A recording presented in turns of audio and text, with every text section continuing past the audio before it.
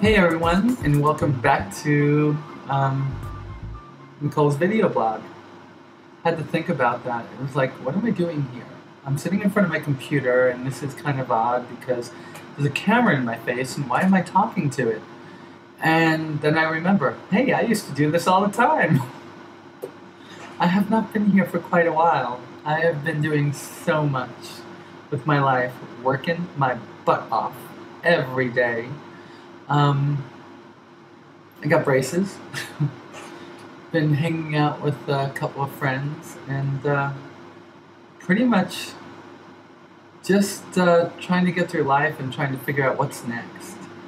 And maybe we'll talk about that a little bit, but I just wanted to get a video out there and tell you, yes, I'm still alive. The last one I did was 4 months post-op, and now I am almost 6 months. I have postponed my last surgery, which was going to be my labiaplasty and my trachea shave, and I have not scheduled but put in for the next surgery, which is going to be my labiaplasty, trachea shave, and hopefully just my brow bone. I've cut my FFS down to the bare minimum that I could get because I like the way I look. And I don't want to change much, but there are some things that are noticeable. You see that in this. And I'm going to get that done. Outside of that, work has been pretty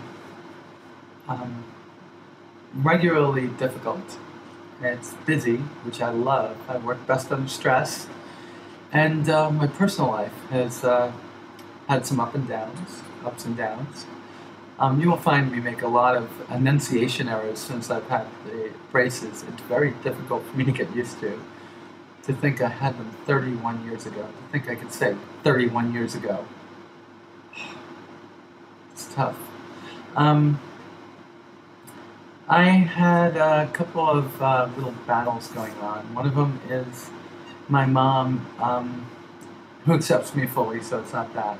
She was diagnosed with cancer back in November, I believe it was, or late October, and she'd been fighting it, and I never knew how grave it was. It turns out it's stage 3, stage 4. I forget the name of the cancer. It originated in the bladder, but it's really bad, it's very aggressive, and she's been on chemo, and they just did a CAT scan, and within the last week and a half to 2 weeks, we found that the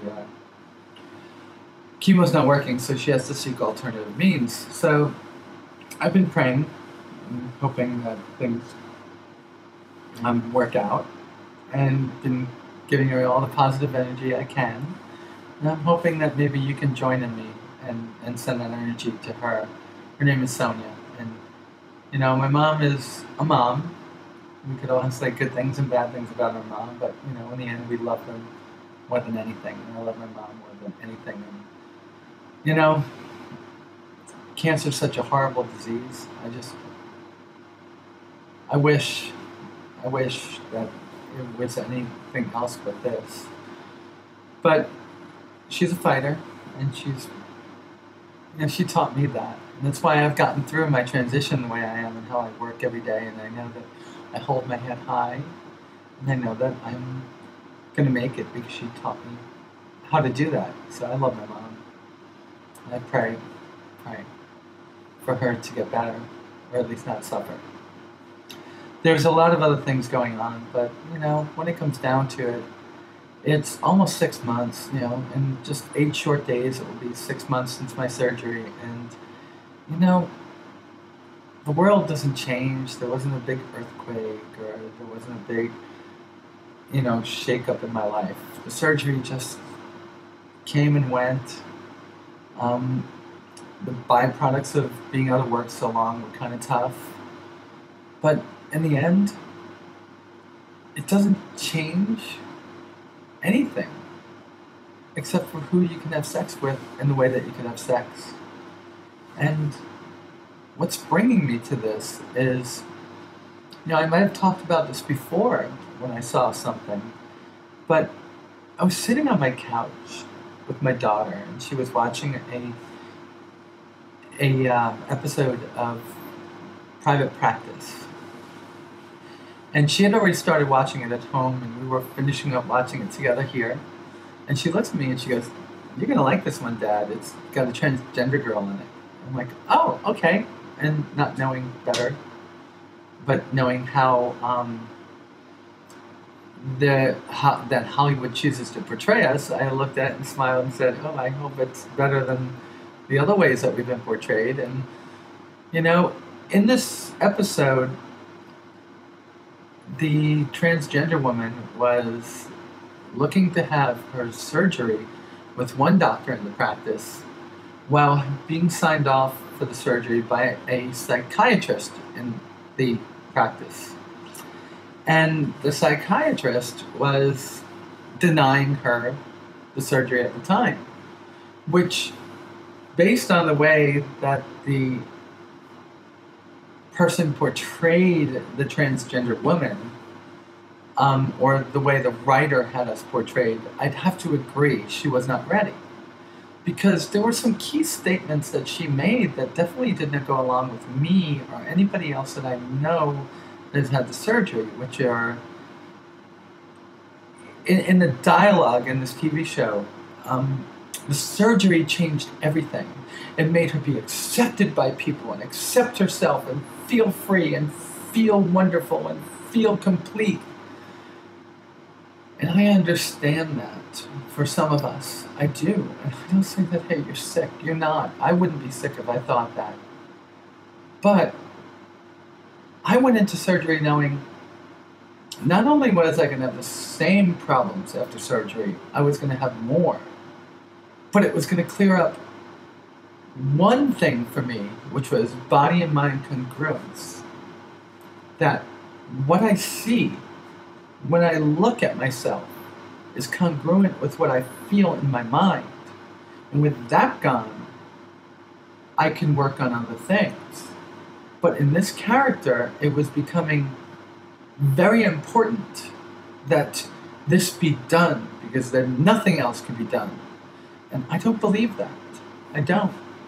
And I know that I'm fortunate that I had an insurance plan at Apple that paid for this. And I could have been on the other side where I couldn't get it. I got it. And, you know, my life did not suddenly become this shining moment where everything just fell into... Well, actually, I'll take that back. Everything did fall into place. But not because I had the surgery, but because I focused on everything else. You see where I'm going? So when my daughter said, "You're going to like this," and I started to watch this TV show, I looked at her and said, "Natalie, you know I wasn't like that." My daughter said, "I know. I just thought that you would like the show." I said, "Yeah, I do." And I just smiled with her.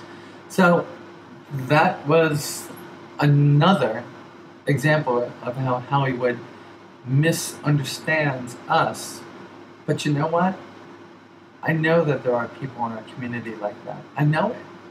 And I feel for them because they've made it so important that if they do have the surgery and get on the other end and find it doesn't change anything, I really wonder how they feel at that point.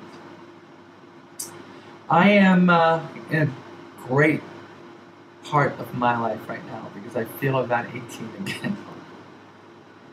And I have a lot going on all at once, and I can't get into it here. But I am looking to start dating very soon, hopefully before my next surgery. And I'm also looking to spend a lot more time with my children.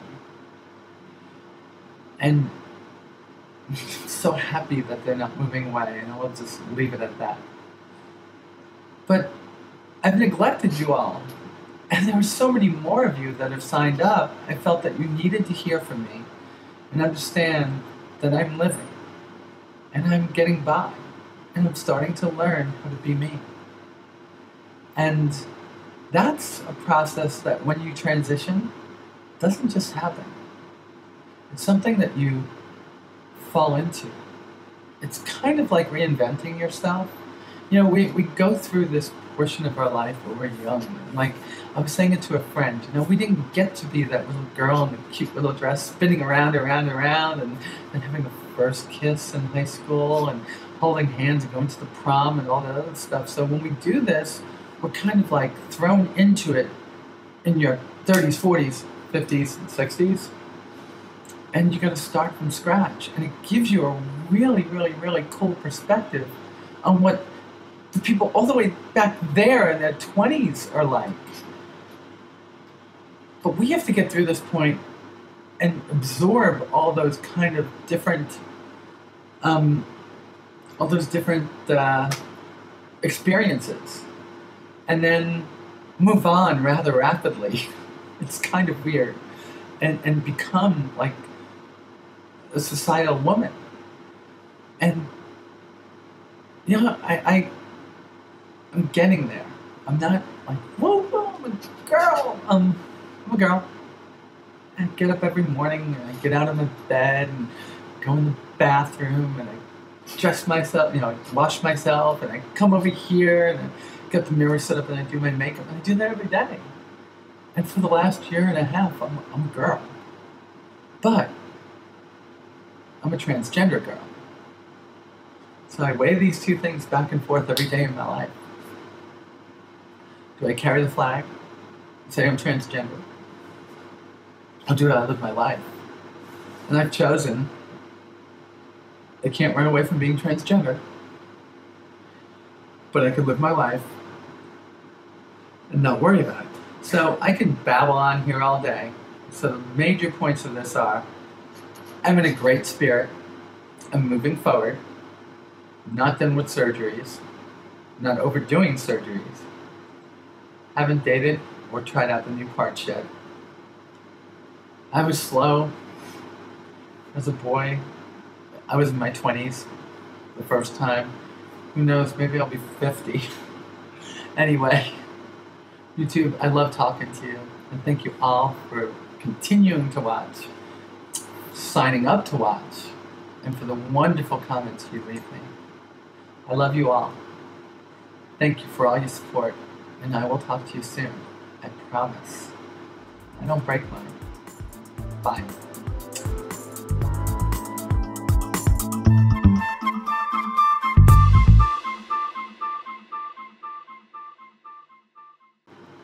Oh, by the way, this makes me feel like about 12. I went and got my nails done the other day. Let's see if we can get them to focus in on it. If you guys can't see it, I'm sorry. But they're black with pink polka dots. Girls sat there and said, you know what? You need to have something fun on your fingers. And I'm like, these are one of the situations that I'm talking about where we didn't get to do as a kid. So I got black with pink polka dots on my fingers. And I'm 46. Wow. Anyway, I'm done. Bye.